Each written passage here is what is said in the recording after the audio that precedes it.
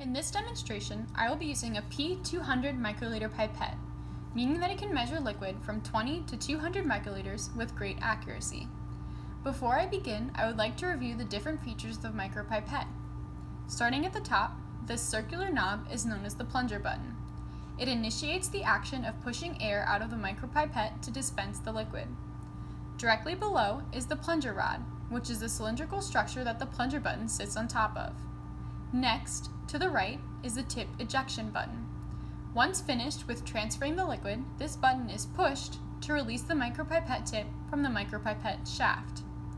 The tip ejector, seen down here, is the physical arm that carries out the mechanism of tip ejection by pushing upon the outer rim of the micropipette tip. This etched circular object contained within the middle of the micropipette is the friction ring. It spins around on a screw rod known as the micrometer to adjust the volume setting.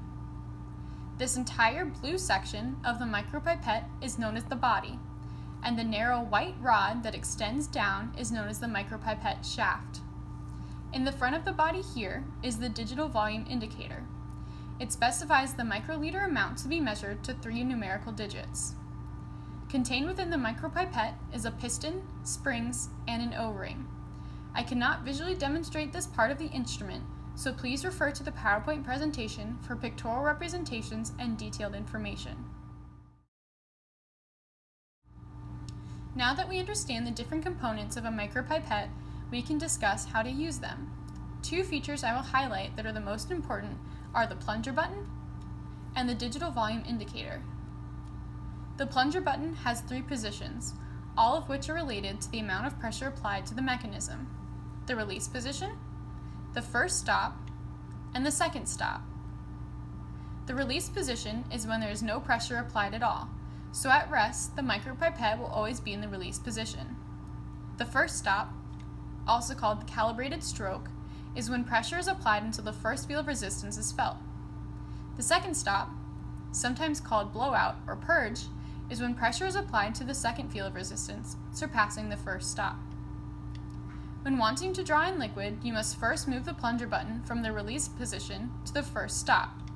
Enter the micropipette tip into the liquid, and then slowly release the plunger button back to the release position. To dispense a liquid, enough pressure needs to be applied to the plunger button to move it from the release position to the second stop. If you only reach the first stop, some of the liquid may remain in the micropipette tip, leading to an inaccurate measurement of volume. The digital volume indicator, as mentioned previously, displays the microliter amount to be measured.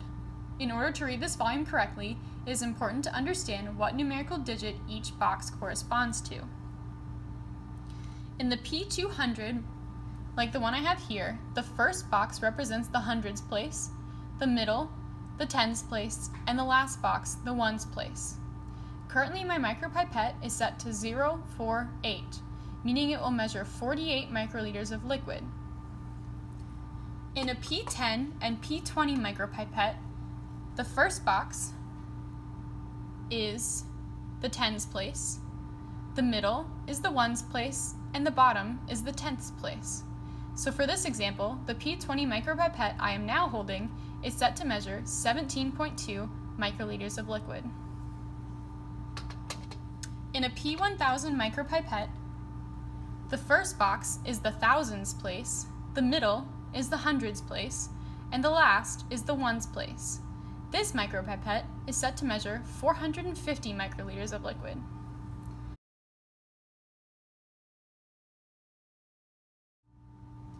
Now that we understand both the different components of the micropipette and how to operate them, we can begin using it to measure a specified volume of 60 microliters. Prior to starting, I want to make sure that I have gathered all of the appropriate materials. I have my P200 micropipette, my micropipette tip box that matches the corresponding volume of 200 microliters,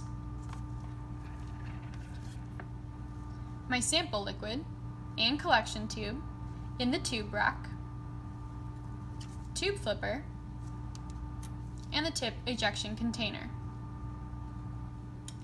To start, I want to make sure that my digital volume indicator is set to the correct microliter amount.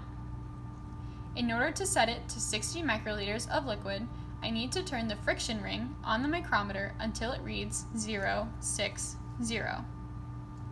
as you can see here.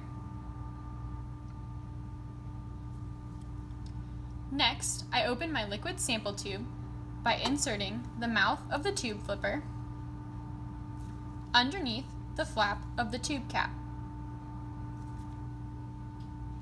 I then pull up and away from my body. I do this for my collection tube as well.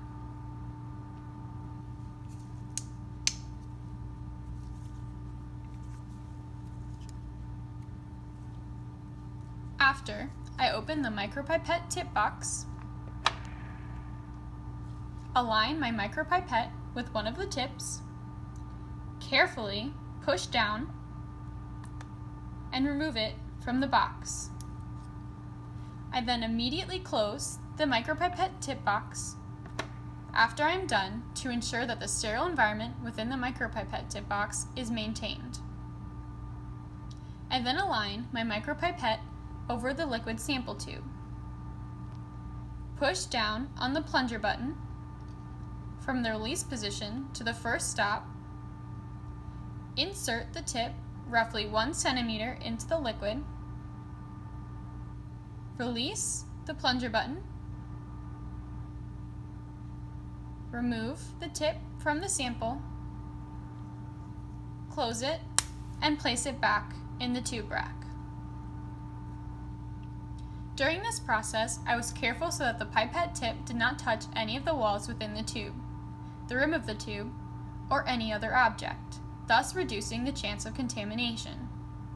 I now have 60 microliters worth of liquid in the micropipette tip.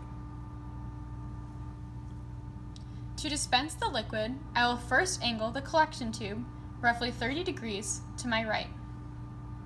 I can now insert the micropipette tip into the tube, making sure to touch the edge of the tip to the inside of the wall. This allows me to see the liquid run into the tube. I then firmly push down on the plunger button to the first stop and continue down to the second stop, thus releasing all of the liquid. I can now remove the micropipette tip from the tube, close it, and place it back in the tube rack. To expel the micropipette tip, I first grab the tip ejection container. I place the micropipette over the wide opening and lower it down about 2 inches. I then push on the tip ejection button and release the micropipette tip from the shaft.